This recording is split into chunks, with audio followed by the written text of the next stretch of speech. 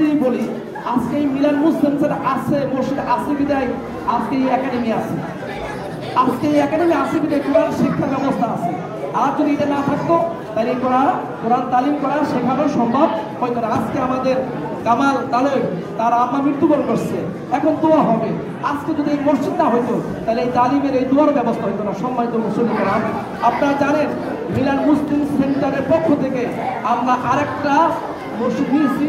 Already টাকা পয়সা আপনাদের টাকা পয়সা জমাও দিয়েছি। এই 31শে ডিসেম্বর আমাদের পুনরায় আমাদের কাগজপত্র আবার নিচে এসেছি। হয়তো আশা করি ইনশাআল্লাহ এই মাসের মধ্যেই রচিত হয়ে আসবে। আপনার সার্বিকভাবে দোয়া করবেন, পাশাপাশি সহযোগিতার হাতকে বাড়িয়ে দিবেন। মানুষজন দান করবে, দান করলে আল্লাহ পাকের ওয়াদা তাকে গরিব বানায় না। এই বিষয়ে দু এক মিনিট কথা বলবে মৌলানা আশরাফ সাহেব এবং দোয়া করবে। আমি এদিকে কথা না বাড়িয়ে আজকে সমাপ্ত ঘোষণা করছি।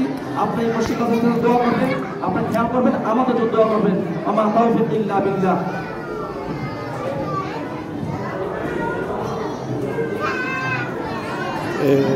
সম্মানিত ভিউয়ার্স, আসলে একটা প্রোগ্রামে এসেছি মিলান মুসলিম সেন্টার একাডেমির পক্ষ থেকে আজকে এই আয়োজনে। অত্যন্ত সুন্দর এবং চমৎকার একটি অনুষ্ঠান। সবাইকে অনেক শুভেচ্ছা।